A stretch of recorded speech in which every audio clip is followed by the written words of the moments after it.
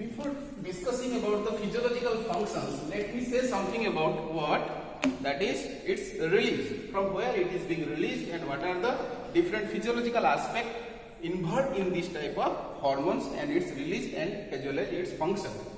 So here let's discuss something about the hypothalamus. Okay, as you know, this is master gland, hypothalamus of the brain. It regulates most of the hormones of our body. Okay, from the hypothalamus there is release of what that is known as tropin hormone or tropic hormone we can say, that is tropin or thyroid releasing hormone, TRH.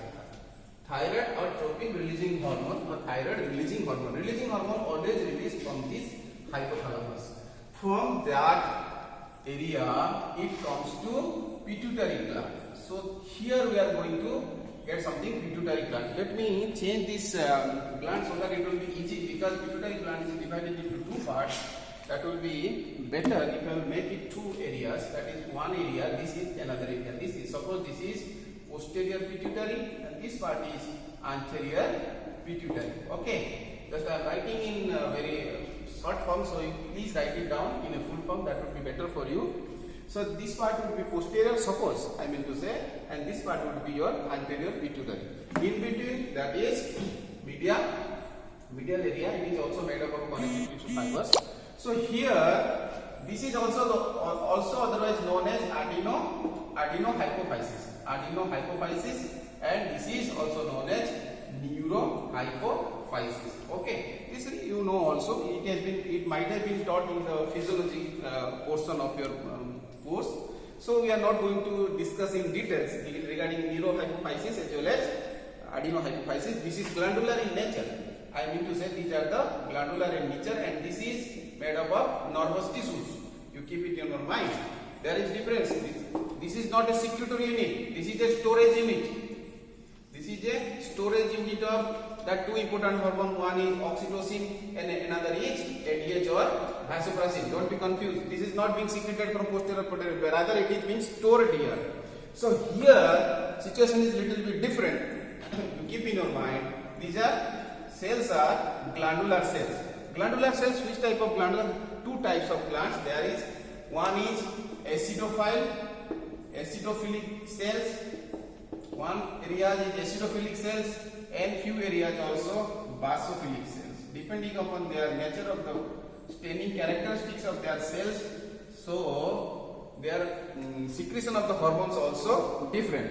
So just I am going in details because we are trying to give you some questions regarding your higher examinations regarding ICR, JRF or SRF like that. That's why we are going in details. So in acidophilic cells, generally three releasing factors are being hormones are being released. They are ACTH releasing factor, ACTH releasing factor, as well as MSH releasing factor. Then another one is I think growth hormone releasing factor. It is being released. Oh sorry, prolactin. MSH is also growth hormone. Here is prolactin releasing hormone. This is responsible for this is secreted from the acidophilic cells of adenohypophysis. Please don't be confused. So let's come to the basophilic cells. Basophilic cells, it is important three hormones, that is thyroid releasing hormone. Thyroid releasing hormone. Oh, sorry. That is thyroid releasing hormone. Already we have mentioned it here. Here this is TSH, number one. Number two is LH, luteinizing hormone. Number three is FSH.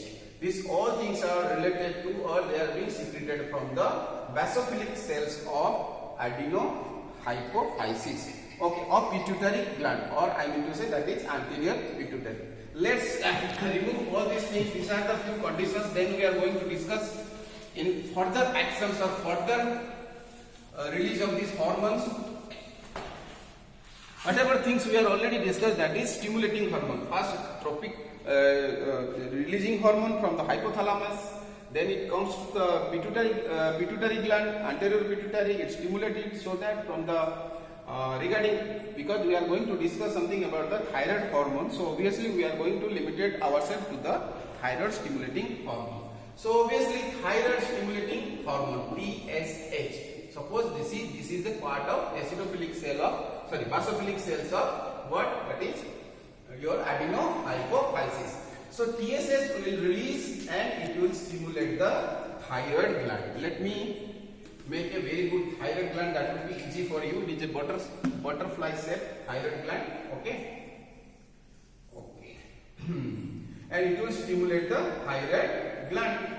Obviously, there are some follicles and this is isthmus. This part is isthmus made up of connective tissues. So here there are follicles. Here one thing I would like to mention here, that is some parafollicular cells are also there. These are thyroid follicles, the big circle I have mentioned here, and these are small circles, and in the red color I am writing here, that is parafollicular cells.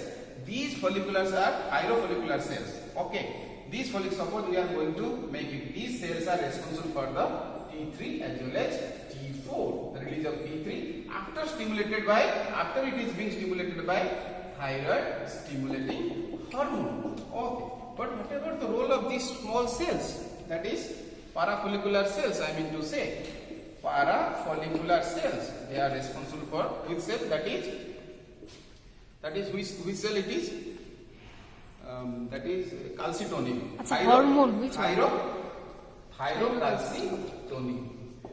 Here, thyrocalcitonin, it is antagonistic of the parathormone, because parathormone is responsible for the increased calcium in the blood, but here calcitonin is responsible for the decreased calcium ion in the blood. Okay, so this is all about the parafollicular. We are going to restrict ourselves within the thyroid hormone and its